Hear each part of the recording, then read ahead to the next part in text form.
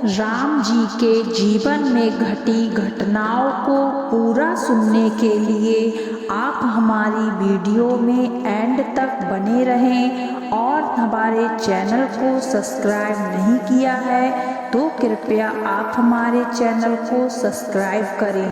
श्री राम ब्रह्मा जी के पुत्र दरिची के पुत्र महर्षि कश्यप के वंश से जो सूर्य वंश हुआ उसी के इक्ष्वाकु कुल में श्री राम का जन्म हुआ। इन्हें श्री राम भी कहते हैं। रामायण के अनुसार महाराज दशरथ और रानी कौशल्या के सबसे बड़े पुत्र थे। सीता के पति व लक्ष्मण भरत तथा शत्रुघ्न के भ्राता थे। हनुमान उनके परम भक्त हैं। लंका के राजा रावण का वध उन्होंने ही किया था। उनकी प्रतिष्ठा मर्यादा पुरुषोत्तम के रूप में है क्योंकि उन्होंने मर्यादा के पालन के लिए राज्य मित्र माता पिता तक त्याग किया। इन्हें कई अन्य नामों से भी जाना जाता है जैसे श्री रामचंद्र जी, श्री दशरथ सुत जी, श्री कौशल्या नंदन जी, श्री सीता वल्लभ जी, श्री रघुनंदन जी, श्री रघुवर जी, श्री रघुनाथ जी आदि। श्री राम का निवास स्थान अयोध्या वैकुंठ लोक परम धाम है।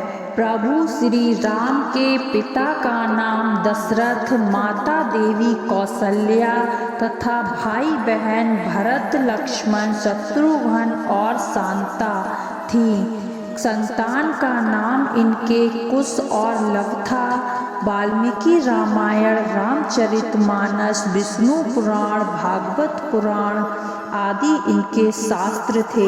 हिंदू धर्म में श्री राम को समर्पित कुछ त्योहार श्री राम नवमी, दीपावली तथा दशहरा को हम लोग सभी मिलकर बड़े उत्साह के साथ मनाते हैं। वे भगवान विष्णु के माने जाते हैं। श्री राम भगवान विष्णु के अवतार माने जाते हैं। श्री राम का जन्म वैवस्वत मनवंतर में 23वें चतुर्युग के त्रेता में हुआ था।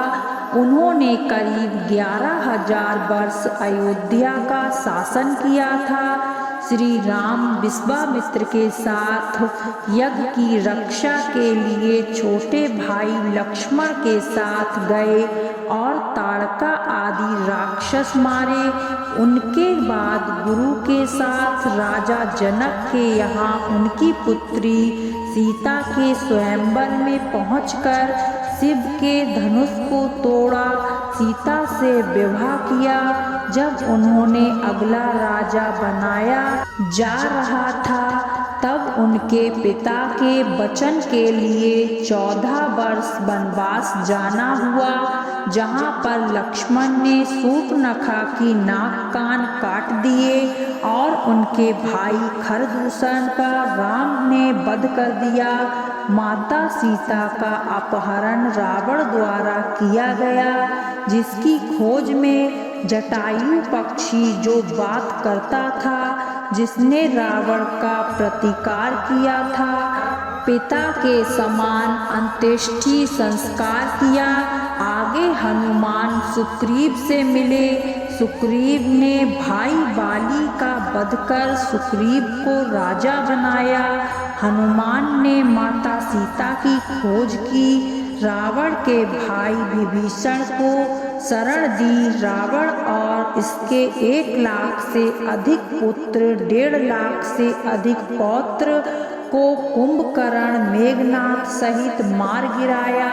रामेश्वर में शिवलिंग स्थापित किया जो ज्योतिर्लिंग के रूप में प्रसिद्ध है। नवरात्रि शक्ति की पूजा की।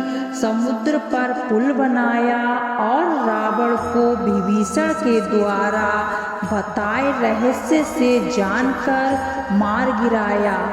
पुष्पक विमान से लेकर माता सीता को अग्नि परीक्षा करा लेकर शीघ्र भरत भैया के पास अयोध्या पहुँचे।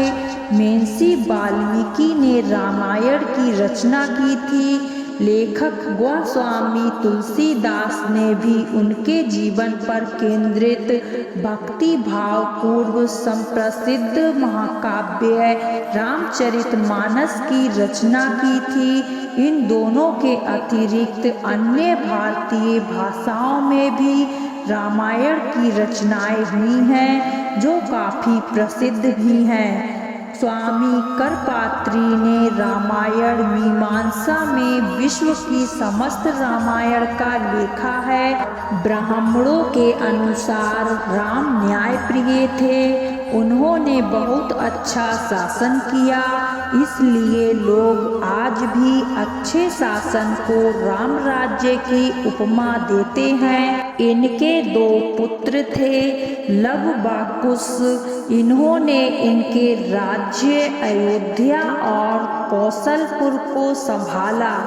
वैदिक धर्म के कई त्योहार जैसे दशहरा, रामनवमी, दीपावली श्री राम की वन कथा से जुड़े हुए हैं। रामायण भारतीयों के मन में बसता आया है और आज भी उनके हृदय में इसका भाव निहित है। भारत में किसी व्यक्ति को नमस्कार करने के लिए राम राम, जय सिया राम जैसे शब्दों को प्रयोग में लिया जाता है।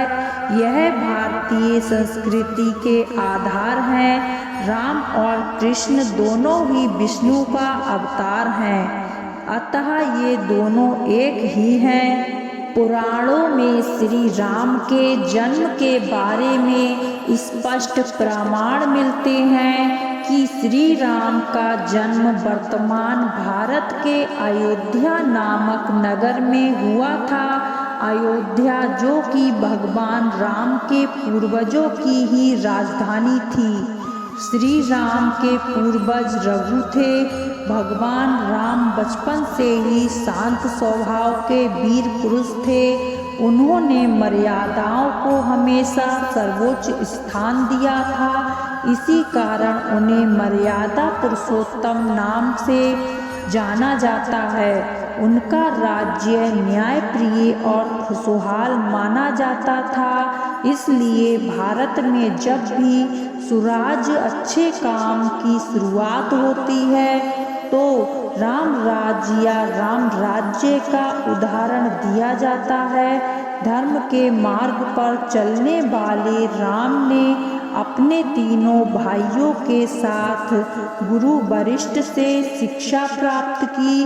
किशोरावस्था में गुरु विश्वामित्र उन्हें वन में राक्षसों द्वारा मचाए जा रहे उत्पात को समाप्त करने के लिए साथ ले गए। राम के साथ उनके छोटे भाई लक्ष्मण भी इस कार्य में उनके साथ थे।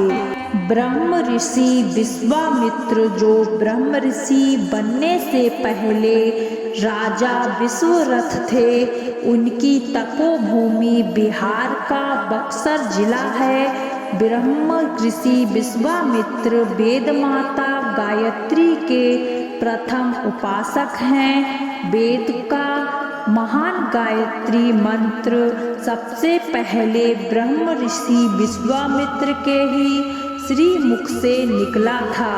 कालांतर में विश्वामित्र जी की तपोभूमि राक्षसों से आक्रांत हो गई।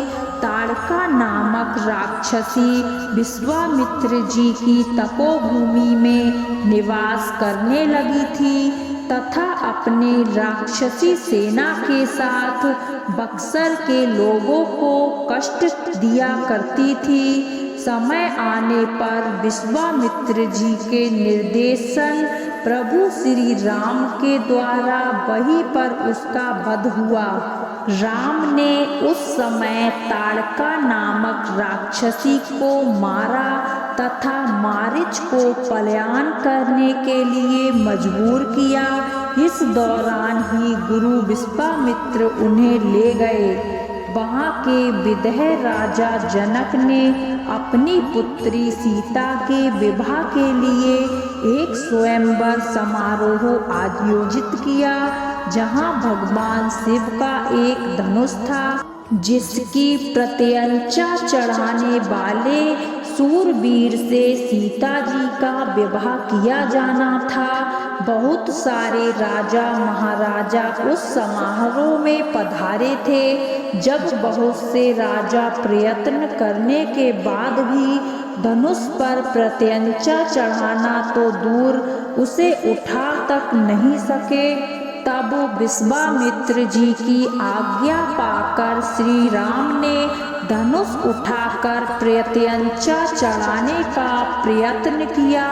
उनकी प्रत्यंचा चढ़ाने के प्रयत्न में वह महान धनुष घोर ध्वनि करते हुए टूट गया। महर्षि परशुराम ने जब इस घोर ध्वनि को सुना तो वे वहां आ गए और अपने गुरु शिव का धनुष टूटने पर रोष व्यक्त करने लगे। लक्ष्मण जी की उग्र स्वभाव के थे। उनका विवाद परशुराम जी से हुआ। वाल्मीकि रामायण में ऐसा प्रसंग नहीं मिलता है। तब श्री राम ने बीच बचाव किया। इस प्रकार सीता का विवाह राम से हुआ और परशुराम सहित समस्त लोगों ने आशीर्वाद दिया। अयोध्या में राम सीता सुख पूर्वक रहने लगे। लोग राम को बहुत चाहते थे। उनकी मृदुल जन सेवा युक्त भावना और न्यायप्रियता के कारण उनकी विशेष लोकप्रियता थी। राजा दशरथ वानप्रस्थ की ओर अग्रसर हो रहे थे, अतः उन्होंने राज्यभार राम को सौंपने का सोचा। जनता में भी सुखद लहर दौड़ गई कि उनके प्रिय राजा उनके प्रिय राजकुमार को राजा नियुक्त करने वाले हैं। उस समय राम के अन्य दो भाई भरत और शत्रुघ्न अपने ननिहाल कैकय गए हुए थे। कैकई की दासी मंथरा ने कैकई को भड़काया कि राजा तुम्हारे साथ गलत कर रहे हैं। तुम राजा की प्रिय रानी हो तो तुम्हारी संतान को राजा बनाना चाहिए, पर राजा दशरथ राम को राजा बनाना चाहते हैं। श्री राम के पिता दशरथ ने उनकी सौतेली माता कैकई को उनकी किन्हीं दो इच्छाओं को पूरा करने का वचन दिया था।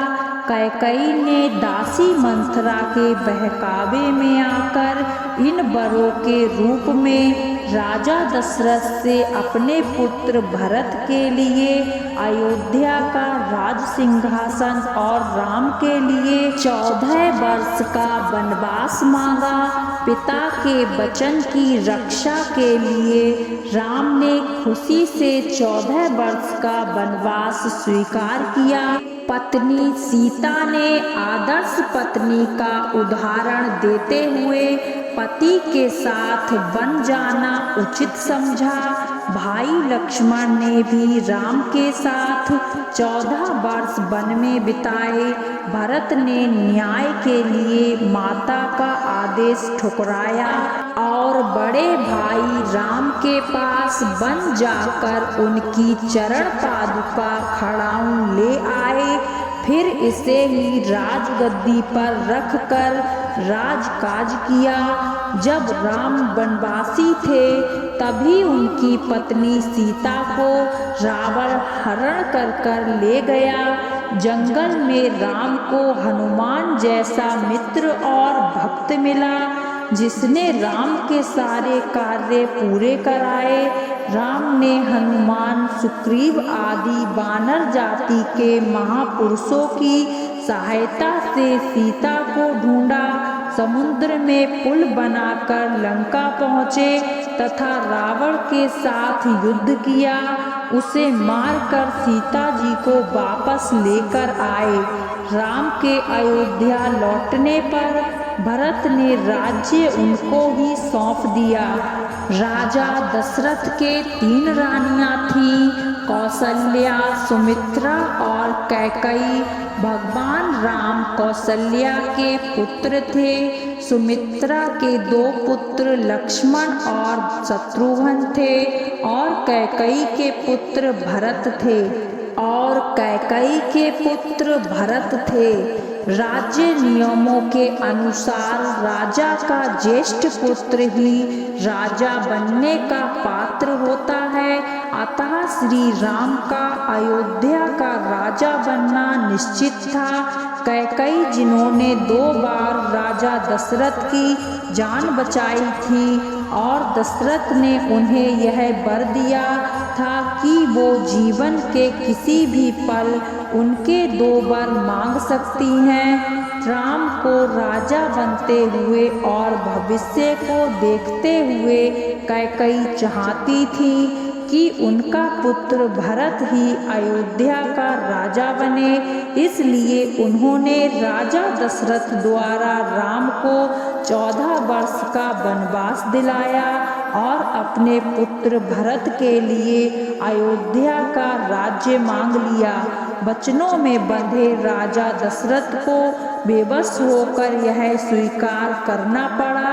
श्री राम ने अपने पिता की आज्ञा का पालन किया। श्री राम की पत्नी देवी सीता और उनके भाई लक्ष्मण जी भी वनवास गए थे। वनवास के समय रावण ने सीता जी का हरण किया था।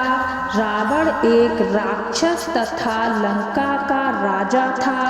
रामायण के अनुसार जब राम, सीता और लक्ष्मण कुटिया में थे तब एक सोने का हिरण की वाणी सुनकर पर्णकुटी के निकट उस सोना मृग को देखकर देवी सीता व्याकुल हो गई।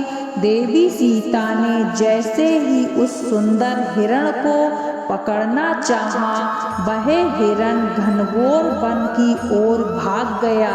वास्तविकता में यह असुरों द्वारा किया जा रहा एक षड्यंत्र था ताकि देवी सीता का अपहरण हो सके। वह सोने का हिरण राक्षस राज रावण का मामा मारीच था। उसने रावण के कहने पर ही सुनहरे हिरण का रूप धारण किया था ताकि वो योजना अनुसार राम लक्ष्मण को सीता जी से दूर कर सके और सीता जी का अपहरण हो सके। उधर षड्यंत्र से अनजान सीता जी उसे देखकर मोहित हो गई और रामचंद्र जी से उस स्वर्ण हिरण को जीवित एवं सुरक्षित पकड़ने का अनुरोध किया ताकि उस अद्भुत सुंदर हिरण को अयोध्या लौटने पर वहां ले जाकर पाल सकें। रामचंद्र जी अपनी भार्य इच्छा पूरी करने चल पड़े और लक्ष्मण जी से सीता की रक्षा करने को कहा। कपटी मारीच राम जी को बहुत दूर ले गया। श्री राम को दूर ले जाकर मारीच ने जोर से हे सीता, हे लक्ष्मण की आवाज लगानी प्रारंभ कर दी ताकि उस आवाज को सुनकर सीता जी चिंतित हो जाएं और लक्ष्मण को राम के पास जाने को कहें, जिससे रावण सीता जी का हरण सफलतापूर्वक कर सके। इस प्रकार छल या धोखे का अनुमान लगते ही अवसर पाकर श्री राम ने तीर चलाया और उस सोने के हिरण का रूप धरे राक्षस मारीच का वध कर दिया। दूसरी ओर सीता जी मारीच द्वारा लगाए अपने तथा लक्ष्मण के नाम के ध्वनियों को सुनकर अत्यंत चिंतित हो गई। तथा किसी प्रकार के अनहोनी को समीप जानकर लक्ष्मण जी को श्री राम के पास जाने को कहने लगी। लक्ष्मण जी राक्षसों के छल कपट को समझते थे, इसलिए लक्ष्मण जी ने सीता को असुरक्षित अकेला छोड़कर जाना नहीं चाहते थे, पर देवी सीता द्वारा बलपूर्वक अनुरोध करने पर लक्ष्मण जी अपनी भाभी की बातों को अस्वीकृत नहीं कर सके। वन में जाने से पहले सीता जी की रक्षा के लिए लक्ष्मण जी ने अपने बाण से एक रेखा खींची तथा सीता जी से निवेदन किया कि वे किसी भी परिस्थिति में इस रेखा का उल्लंघन नहीं करें। यह रेखा मंत्र के उच्चारण पूर्वक खींची गई है, इसीलिए इस रेखा को लांघकर कोई भी इसके अंदर नहीं आ पाएगा।